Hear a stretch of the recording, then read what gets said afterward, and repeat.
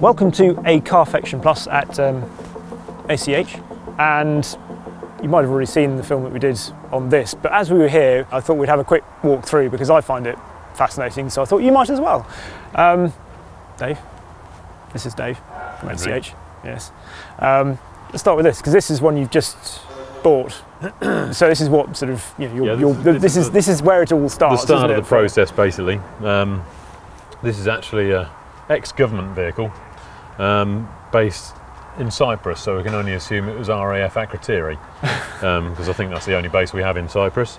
And the great thing about this car is it's relatively low mileage, it's only 60,000 miles. It's a 2005 110 Defender. And the great thing about being based in Cyprus is there's no rust. Other than this little bit of surface stuff here, that's as bad as it gets. So yeah, because you were showing me around here on the back. A classic place for Defenders, certainly of an age, for corrosion. One easy place to spot if you're ever looking to buy one. It's just here. Even our 2013 demonstrator, which spends most of its time inside, was corroding here. Yeah. Basically you've got aluminium and you've got steel, and there are two areas where basically they don't like to mix. Water sits here at the end of this trim. Basically that seal there at the bottom there, water sits there, dirt sits there, and it corrodes. Yeah.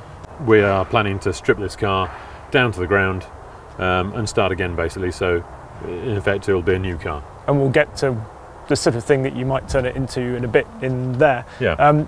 Because it's ex-military, it had bits and bobs. Yeah, so yeah, it's quite interesting. And, there's actually a service sheet in here and everything else of what has been carried out in the vehicle, and it's great because although they don't fill a service book in, they do more servicing than anybody else would ever think of.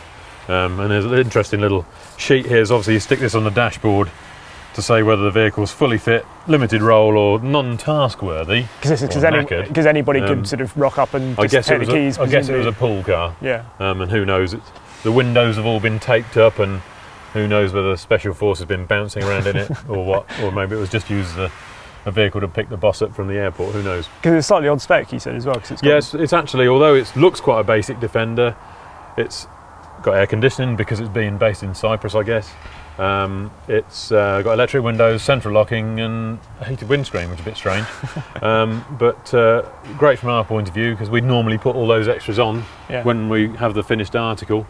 But it's already there. Yeah. All we've got to do is make it work now. Walking through here, that is a genuine new old stock Stage 1 V8 chassis. So we spoke about that before. It's basically a Series 3, the last of the Series 3s, basically with a V8 engine. Should we wander through here and have a look at the finished finished article as we go through?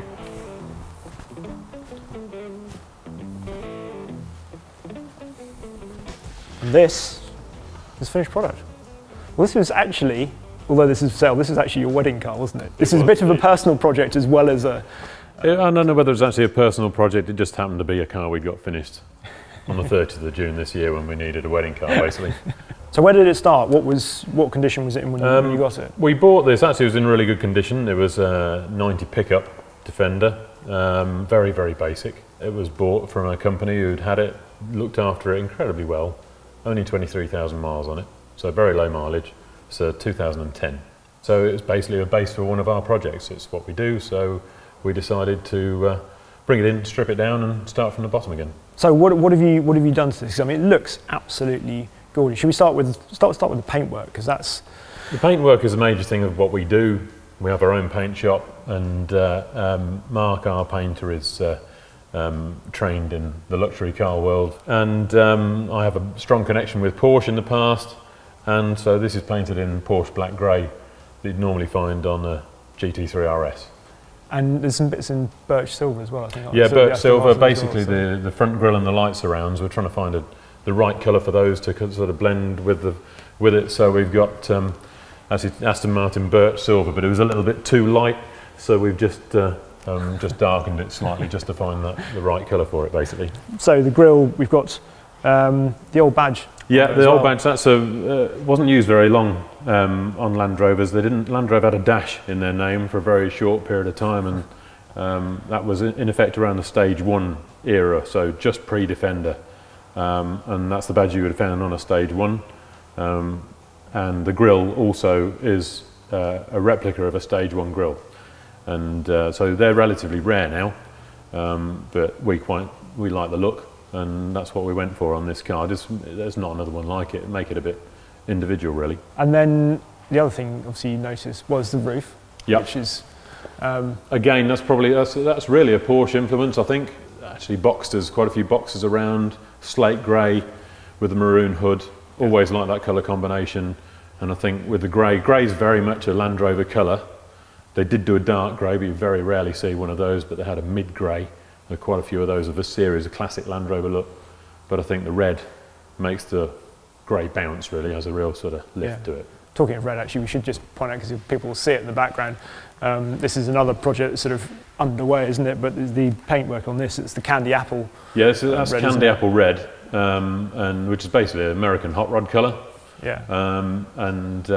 You can get a red Defender, and it doesn't look greatly different in here, but when you stick it outside in the sunshine, it kind of changes colour and comes to life. This hasn't got an interior yet, but this very much has. Yes, it definitely has an interior. The other very big part of this. So we open it up and have a look inside. So the doors, just before we go inside, they're actually Series 3 doors. So we have a split door top with the galvanised cappings. This is a military door top, genuine military door top. They're much stronger, and both front and rear slide on the window as well, so it's really great. But it just gives it much more of a classic feel, the Land Rover, than just having used standard black vinyl trims inside. And also has the classic style handles that basically, again, gives that classic feel. Gives it a nice feel to it, doesn't it? So, and then all the trim inside. I mean, I love the quilting on here. It's all handmade. Handcrafted, basically the carpets, everything has been done. Even the seat frames we've painted. The car is painted underneath there. It's soundproofed, but it's painted underneath, pretty much like the top is. To be honest, I was going to say we'll have to have a look under there. So we'll try and get a camera in it, because I had a look under there and could not believe I've never seen the other side of it. It's a classic car, and it needs to be treated the same way. To be honest. And then motor-liter. Yeah, motor-liter steering wheel, which is a one-off basically. We're still keeping some modernisation inside, so it's got DAB, Bluetooth, sat-nav. It's got a 600-watt amplifier. So basically, it's fully soundproofed as well up the bulkhead and all around the engine bay. So actually, although it's a soft top, it's actually quite quiet to drive. So mechanically, sort of on the engine's obviously all the same, but yeah, mechanically everything's been gone through. It's a 2.4, sorry, TDCI. So I'm going to mention it because this reminds me of, and somebody else mentioned this first actually.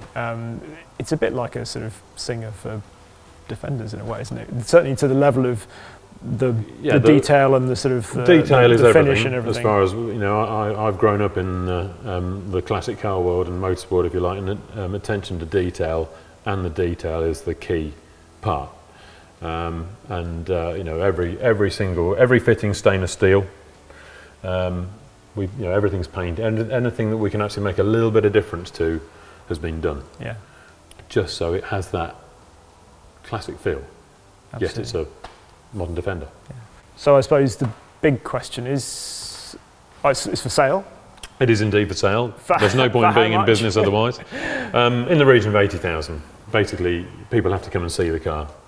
Yeah. You know, this is something you need to see. Well, I mean, it seems like make a decision. Extraordinarily good value, really, given what I'm glad other companies sort of well, given as you say, standing next to it, seeing the level of finish and everything on it, that does seem well, remarkable, really. But there we go. Good. Anyway. Glad to hear it. So there we are. Dave, thank you very much indeed. You're welcome.